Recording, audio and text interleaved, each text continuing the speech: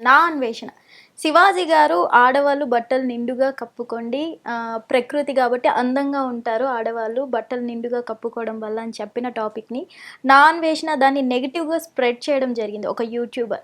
ఒక వీడియోస్ పెడుతూ ద్రౌపది గారి మీద, సీతాదేవి గారి మీద అసలు ఇండియా వేస్ట్ అంటూ ఇండియాలో రేపులయిపోతాయి అని చెప్పడం. అలాగే సీతాదేవి గారిని, ద్రౌపది గారిని కూడా తిట్టడం జరిగింది. గరికపాటి గారిని కూడా తిట్టడం జరిగింది. ఇదంతా ఏంటంటారు? ఒకటి గుర్తుపెట్టుకోమ్మా, హ్మ్. దరిద్రం వాడి నెత్తి మీద కూర్చుంది. ఓకే. దరిద్రం వాడి నెత్తి మీద కూర్చుంది. చెప్పాను ఒక ఛానల్కి, వాడి వృశ్చిక లగ్నము కన్యా రాశి వాడికి దరిద్రం తాండవిస్తూ తల మీద అని చెప్పాను నేను. ఓకే. ఆ దరిద్ర తాండంతో పాటు వాడికి రాహు కూడా ప్రభావం ఉంది. వాడికి రాహు అంటే ఏమిటి? ఒక నపుంసక గ్రహం అది. సో వీడు నాకు తెలిసినంత వరకు వీడు పుంసకుడు ఏం కాదు, అంటే వాడు మగవాడు కాదు. వాడు పెళ్ళయిందంటారు, పెళ్లి కాలేదంటారు, పెళ్ళం వదిలిపెట్టిందంటారు. మరి కొంతమంది వీడు మాట్లాడిన మాట 14 ఏళ్ళ అమ్మాయి నేను అనుభవించిన అంటాడు. అంటే వీడికి వీడే చెడ్డ చెప్పుకుంటాడు, వీడికి వీడే చెడ్డ చెప్పుకోవడం, వీడికి వీడే దరిద్రాన్ని అనుభవించడం, ప్రతి ఒక్కటి వీడున్న దరిద్రం ఇంకోలేడు. మనకు తెలిసి ఇంతవరకు కూడా ప్రతి ఒక్క ఒక 6 పిల్లల అమ్మాయిలు పక్కన పెట్టి ఇందులో నా పెళ్ళం ఎవరు అని చెప్పే వీడియో కూడా చూశాను నేను, ఒక ఫోటో. అంటే ఇటువంటి దరిద్రమైన వ్యక్తి సీతమ్మ వారి గురించి, ద్రౌపది తల్లి గురించి మాట్లాడితే వానికి అర్హత ఉందా అనేది నాకు అర్థం కాలేదు. సో ఏమైనా మాట్లాడితే నేను చాలాసార్లు చెప్పాను, వాళ్ళ అమ్మని తిట్టాల్సి వస్తుంది, పాపం తిట్టకుండానే వీడిని తిడదామంటే గ్రామ సింహంలో అంటూ వీడు. అంటే నేనంటే మురుగులో ఉన్నటువంటి, అంటే 10 మంది టాయిలెట్ వెళ్తే మురుగు ఉంటుంది కనుక ఆ మురుగులో పోర్లేటువంటి పందివాడు. 10 మంది మనం శౌచాలయం ఉంటుంది కదా, ఏది మన పబ్లిక్ టాయిలెట్స్ ఉంటాయి కదా, పబ్లిక్ టాయిలెట్ అయితే బురదంతా వెనకనే ఉంటుంది, అదంతా వెనకనే ఉంటుంది. ఒక చూడండి ఎప్పుడైనా కావాలంటే వెనకాల ఉంటుంది అది. ఆ బురదలో పొరలేటువంటి పంది లాంటి వాడు. అంతకు మించిన ఉపమానం వాడికి లేదు. అంటే ఒక అందమైనటువంటి శౌచాలయం మురుగుని అందమైనటువంటిది అది. అంటే వీడికంటే అందంగా ఉంటుంది ఆ శౌచాలయం. అంటే మనం చేసిన అశుద్ధం అంత అందంగా ఉంటుంది. అటువంటి అందమైన శౌచాలయాన్ని కూడా పాడు చేసేటువంటి వ్యక్తి వీడే అనమాట. అంతకు మించి ఇంకా వీరే ఉంటుంది చెప్పండి. కాబట్టి అటువంటి వరాహాన్ని మనం దాని నుంచి పెద్దగా పట్టించుకోవాల్సిన అవసరం లేదు. కాబట్టి వాడు ఇండియాకి రావడం ఖాయం, అది భారతదేశానికి రావడం ఖాయం. భారతదేశంలో ఒకవేళ మనకు కనబడితే చాలా ఖచ్చితంగా వాడికి దరిద్రమైనటువంటి ఒక దేశశుద్ధి అనే దాన్ని నేనైతే అంటే ఆడపిల్ల మీరు ఉందని కాదు చెప్పొద్దు, కానీ అంగాంగాలు కోసి వాడికి కారం పెట్టడం ఖాయం. అది జరిగి తీరుతుంది, ఇది జరిపే తీరాలి దానికి. ఎందుకంటే నా సీతమ్మ తల్లి, అరే నీ తల్లి గురించి పవిత్రత తెలియదురా? నీ తల్లి ఎంత పవిత్రమైందో అంతకు 1,00,000 కోట్ల రెట్లు పవిత్రమైనది సీతమ్మ తల్లి. ఆ విషయం ఆలోచించుకోరా. నీ తల్లిని అడుగు, నేను చెప్పింది అమ్మా, నేను ఈ మాట అన్నాను కరెక్టా తప్ప అని ఒక్కసారి మీ అమ్మ నోటి అనిపించరా? నువ్వు బిడ్డ నువ్వు అన్నది కరెక్టే రా అని అనిపించరా? ద్రౌపది అమ్మని నువ్వు అన్నది కరెక్టే అనిపించరా మీ అమ్మతోని? నిజంగానే అప్పుడు నిజంగా నువ్వు మొగోడివి, నిజంగా నువ్వు మంచివాడివి, మంచి మాటను ఒప్పుకుంటాను నేను. నీ తల్లి, నీ తండ్రి, నీ సోదరి, నీ చెల్లి, లేదా మీ అన్న, మీ తమ్ముడు, వీళ్ళనితో అనిపించు, ఒకరితో వీళ్ళు నలుగురితో ఒక మాట అనిపించు, ఎస్ మా అబ్బాయి మంచి మాట అని అనిపించరా నువ్వు? నిజంగా ఇప్పుడు నువ్వు కనుక నీ జన్మ కనుక కరెక్ట్ జన్మని అయితే, నువ్వు కనుక ఖచ్చితంగా మగవాడివైతే ఈ మాట మీ అమ్మ వాళ్ళతో అనిపించేది, నిజమే చెప్పాడు మావాడు, కరెక్ట్ మాట్లాడని చెప్పి అనిపించాను ఒక్కసారి, అప్పుడు నేను క్షమించేస్తా, గ్యారెంటీ క్షమించేస్తా ఇప్పుడు నేను. గురుగారు, అసలు ఇప్పుడు మనం చూసుకుంటున్నట్లయితే చాలామంది ఎవరు పడితే వాళ్ళు సోషల్ మీడియాలోకి వచ్చి అంత ఈజీగా హిందూ ధర్మాల మీద ఎలా మాట్లాడగలుగుతున్నారు? అసలు ఎందుకు యాక్షన్స్ ఎందుకు తీసుకోవట్లేదు అంటున్నారు? ఒకటి గుర్తుపెట్టుకున్నాను, ద వాయిస్ ఆఫ్ యాక్ట్ ఒకటి ఉంటుంది, వాయిస్ ఆఫ్ చాయిస్ అనేది ఒక యాక్షన్ ఉంటుంది. అంటే వాక్ స్వాతంత్ర హక్కు అనేది కొంతమందికి ఉంటుంది. అంటే ఇక్కడ పోనీ హిందువుల మీదనే మాత్రమే మాట్లాడగలిగే ఉన్నటువంటి మగాళ్ళు తప్ప ఇంకొక ధర్మం మీద కానీ, ఇంకొక ఖురాన్ మీద కానీ, ఒక బుర్కా మీద కానీ, ఒక మొహమ్మద్ ప్రవక్త మీద కానీ, ఒక పాస్టర్ మీద కానీ, ఒక చర్చి మీద కానీ, ఒక గురు గోవింద్ సింగ్ లాంటి వాటి మీద, గురుద్వారాల మీద కానీ, జైనుల మందిరం మీద కానీ మాట్లాడగలిగే దమ్మున్నటువంటి ఒక్కళ్ళు లేడు. అంతెందుకమ్మా, ఈ యొక్క పోలీసులు కనుక 10 నిమిషాలు ఆపేస్తే 15 నిమిషాల్లో మేము హిందువులు ఊచకోచుకొస్తున్నటువంటి ఎమ్మెల్యేలు ఉన్నారు, వాళ్ళ మీద కేసులు లేవు. ఇప్పుడు అటువంటి కేసులు వీడి మీద పెడితే ఎట్లా నిలబడితే మనకి ఆలోచించండి. దాని తర్వాత మధ్య 2 నెలల ముందర ఇదే ముస్లిమ్స్ మిమ్మల్ని మేము కొడితే మీరు పారిపోవడానికి సందులు మిగలవు అన్నటువంటి వ్యక్తులు ఉన్నారు, కేసులు ఏం పెడుతున్నారు? గట్టిగా చెప్తున్నారు కదా, వీళ్ళందరూ ఒకసారి గుర్తుపెట్టుకోవాలి, 1990 గుర్తుపెట్టుకోవాలి. వీళ్ళు 1990లో జరిగినటువంటి అంటే సహజంగా చాలా సాధుజీవి, ఆవు లాంటి వాడు హిందూ, ఆవు లాంటి వాడే, ఇంకొక రకంగా ఉండదు వాడికి. ఇటువంటి ఆవు లాంటి వ్యక్తిత్వం ఉన్నటువంటి వ్యక్తి ఒక్కసారి కనుక కోపం కట్టలు తెలిస్తే ఒకసారి గుర్తు చేసుకోండి, కరసేవ ఎలా అయిందో. కరసేవ ఒకసారి గుర్తుపెట్టుకోండి, కరసేవ ఎలా జరిగింది అనేది. ఎన్ని కోట్ల మంది, ఎన్ని రైళ్లల్లో ఇక మాన ప్రాణాలు పోతే తెగించినటువంటి వ్యక్తులు ఎంతమంది ఒక్క తాటి మీదకి వచ్చేసి వారు అనుకున్నది సాధించారో ఒకసారి గుర్తు తెచ్చుకోండి. నువ్వు 15 నిమిషాలు టైం ఇస్తే నువ్వు ఏమైనా చేస్తావేమో, కానీ ఇక్కడ 15 సెకండ్లు గట్టిగా ఊదితే అందరు బుగ్గల్లో నిండా గాలి పెట్టుకొని గట్టిగా హిందువులు ఉఫ్ఫను ఊదితే కొట్టుకుపోయేటువంటి స్థాయి మీది. అటువంటి స్థాయి ఉన్న వాళ్ళని ఈ స్థాయి మాట అన్నారంటే కేసు పెట్టి ఎందుకు కేసు పెట్టలేదు అప్పుడు? అంటే అప్పుడు బీజేపీ బజరంగ తెలియదా అంటే ఒకటే సింపుల్, వాయిస్ ఆఫ్ యాక్ట్ ఉంది కాబట్టి కొట్టుకుపోద్ది కేసు కాబట్టి ఇక్కడ చేశాడా అంటారు వాళ్ళు. అందులో ఎమ్మెల్యే స్థానం ఉంది కాబట్టి ఏదో బలం ఉంది కాబట్టి. ఏం బలం ఉంటుంది? ఎవరికైనా ఉండేది రెండు రెట్టలు, రెండు చేతులు, రెండు మోచేతులు, రెండు కాళ్ళే. గట్టిగా వదిలి పొడిస్తే ఎక్కడ ఉంటుంది? ఒకవేళ గట్టిగా రెండు పోటు పొడిస్తే ఎవరికైనా పోద్దిగా ప్రాణం. ఒక గుండెలో ఒక పోటు పొడిచి కిడ్నీలో ఒక పోటు పొడితే అయిపోయిందిగా. అది చేయడానికి ఆ టైంలో క్షణికావేశం సరిపోద్ది అంతే. దానికి ఒక పన్నాగము, ఒక మంది మార్బలం అక్కర్లేదు. అది ఇలా మాట్లాడుతున్నప్పుడు ఇలాంటివి జరిగే అవకాశం ఉంటుంది కాబట్టి, అంటే ఉద్రేకాల్ని పురిగొల్పే అవకాశము హిందువుల మీద మాత్రమే చేస్తుంటారు వీళ్ళు. అంటే ఉసిగొల్పడానికి ఏదో ఒక అల్లకల్లోనే జరగాలి, ఉసిగొల్పాలి కాబట్టి దానికి సాయిబాబాని, ఇంకో బాబాని, ఇంకొకళ్ళని ఆయన ముందుకు లక్ష్మీదేవి బోల్తాయి, బతుకమ్మ బోల్కే గోల్ గోల్ ఫిర్తాయి, లక్ష్మీదేవి బోల్తాయి లక్ష్మీదేవి కాయ్ उसको आपको माँ नहीं है क्या, सीतम्మ माँ बोलते लक्ष्मी माँ बोलते कितना माँ हो तेरे को तेरे माँ नहीं అని చెప్పేసి వ్యక్తులకి ఏం సమాధానం చెప్తావు నువ్వు? ఆ మాట అన్నాడు ఏం చేసినావు ఇప్పుడు నువ్వు? కానీ వాడి గతి వాడికి ఎట్లుంటుంది? ఎక్కడో దగ్గర కర్మ నీకు తగులుతుంది గ్యారెంటీగా. ఆ కర్మ తగిలినప్పుడు నీ బతుకు బస్ స్టాండే, నీ వాడే నీకు ఎముడై కూర్చుంటాడు. అది ప్రతి ఒక్కరు తగులుతుంది. అది నాకు తగులుతుంది, పరాయి తగులుతుంది, శత్రువుకి ఎవరికైనా తగులుతుంది. అది ఆ తగలడం కోసం హిందువులు ఎదురు చూస్తుంటారు. హిందువులు ఒక్కటైతే కరసేవ గుర్తుపెట్టుకోండి, సాధువుగా ఉన్నంత వరకు సాధువుగా ఉంటాడు. ఒక్క తాటి మీదకి వస్తే ప్రపంచం వణికిపోతుంది. ఆ స్థాయి ఉంది. అది 400 ఏళ్ల క్రితం ఉన్నటువంటి ముస్లిమ్స్కి ఔరంగజేబ్ బాగా తెలుసు ఆ విషయం, మీకంటే కూడా ఔరంగజేబ్కి, బ్రిటిషర్స్కి, వీళ్ళందరికీ లూథర్ ఫార్డ్కి బాగా తెలిసే విషయాలన్నీ కూడా ఇక్కడ విషయం గుర్తు తెచ్చుకోండి, ఒకసారి పునరావృతం చేసుకోండి. 1890 ఉన్నటువంటి ముస్లిమ్స్ దురాక్రమణ, దుర్మార్గం చర్యలు, 1890 తర్వాత ఉన్నటువంటి బ్రిటిష్ల కాలం నుంచి దుర్మార్గాలు, ఇవన్నీ పోయినా సరే ఇప్పటికీ పరిడవిల్లుతున్నటువంటి సనాతన హిందూ ధర్మం మాత్రమే ఎప్పటికీ 10 మందికి సేవ చేయాలనుకుంటుంది, 10 మందిలో కలిసి ఉండాలనుకుంటుంది, 10 మంది కోసం బతికేది సనాతన ధర్మం మాత్రమే.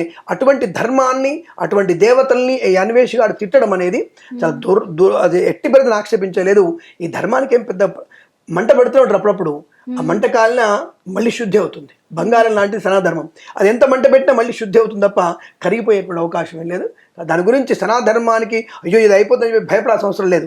వీరులు మళ్ళీ పుడుతూనే ఉంటారు, శివాజీలు మళ్ళీ పుడుతూనే ఉంటారు, శంభాజీలు పుడుతూనే ఉంటారు. అది ఈ ధర్మంలో మాత్రమే సాధ్యం, ఇంకో ధర్మంలో అది సాధ్యం కాదు. ఆ విషయాన్ని గుర్తుంచుకుంటే చాలు. గురుగారు, ఇప్పుడు మన ఇండియాకి తీసుకొని వస్తారు, అరెస్ట్ చేస్తారు అని చాలా మంది మాట్లాడుతున్నారు. అలాగే యూట్యూబర్స్ కూడా చాలా వరకు మనకి ఎవరైతే సబ్స్క్రైబర్స్ ఉన్నారో అన్సబ్స్క్రైబ్ చేయండి అంటే ఇప్పటి వరకు లక్షలు అన్సబ్స్క్రైబ్ చేయడం జరుగుతుంది.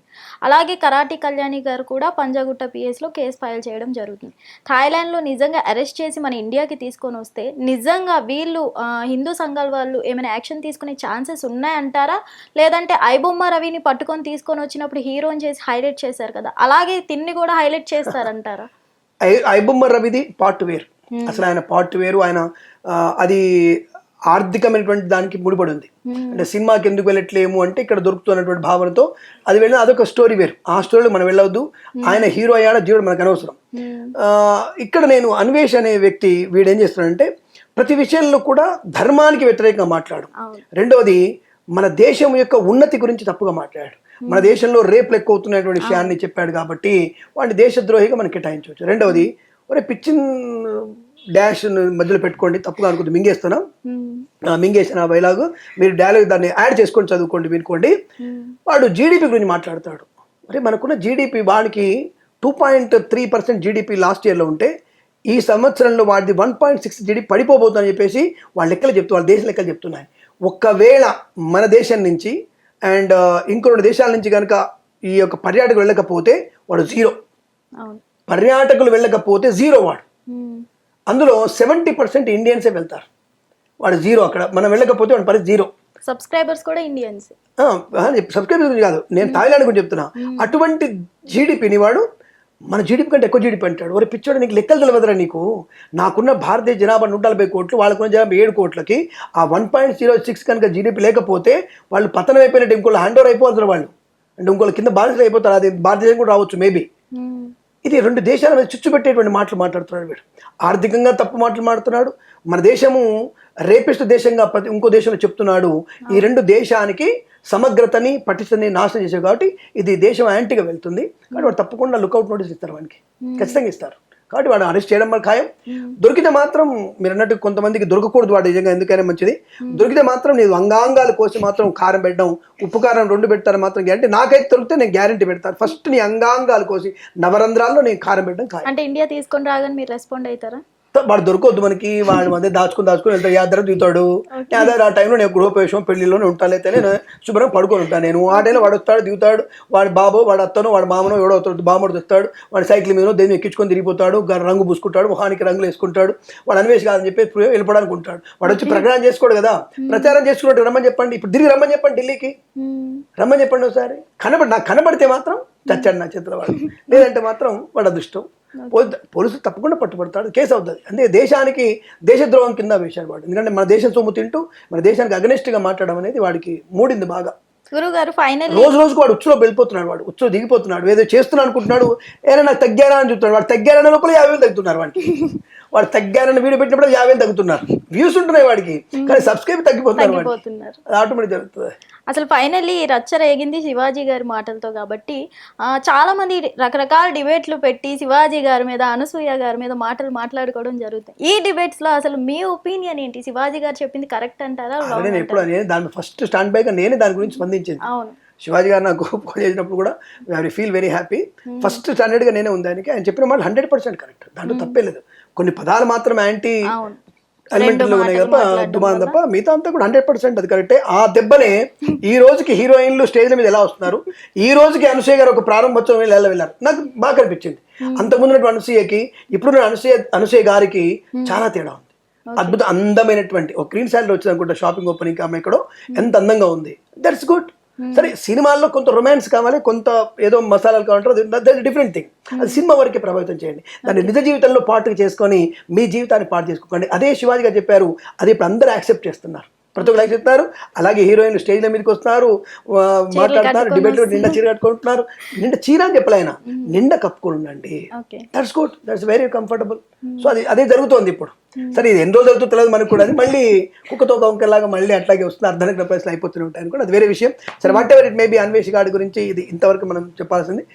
వాడి పత్రం వాడే కొనుక్కొచ్చుకున్నాడు, దాని సందేహం. అందులో గరికపాటి లాంటి వాళ్ళు అనేటువంటి ఆయన కాలు బొటన వేలు మీద వెంట్రుక సమానం కాదు. నువ్వు డబ్బుతోనే అనుకుంటున్నావు. నువ్వు నీ డబ్బు కన్నా ఆయన పద్మశ్రీ అవార్డు గ్రహీత. ఆయన అనకూడదు మనం, ఆయన అంటే గవర్నమెంట్ అన్నట్టే. నాన్వేషణ అంత ధైర్యంగా మాట్లాడుతున్నారు ఏంటంటే, గరికపాటి గారి గురించి 2019లో మాట్లాడాను, 20లో మాట్లాడాను, 21లో మాట్లాడాను, ఇప్పుడు 25లో 6లో కూడా నేను మాట్లాడతా, ఎవరు ఏం చేయలేరు అంటున్నారు. 26లో నీకు అంటే నువ్వు ఒకవేళ హిందూ, నిజమైన హిందూ అయితే నేను కాష్టం పెడతారు, ఓకే, హిందూ కాకపోతే నేను బోధ పెడతారు, అంతే. తర్వాత మాట్లాడడానికి ఏముండదు కదా. Simple logic. 26లో కనుక మాట్లాడుతున్నా, కంటిన్యూ మాట్లాడుతుంటే నువ్వు నిన్ను కాస్టల్లో కలుస్తావు, లేదంటే బొందలో పెడతాం. ఇది క్లారిటీ ఉందిగా. ఇంకా తర్వాత నువ్వు మాట్లాడడానికి అవకాశం ఉండదుగా. Simple logic. Thank you so much. శుభమస్తు. రైట్, బీ హ్యాపీ, బీ భారతీయ లాగా ఉండండి.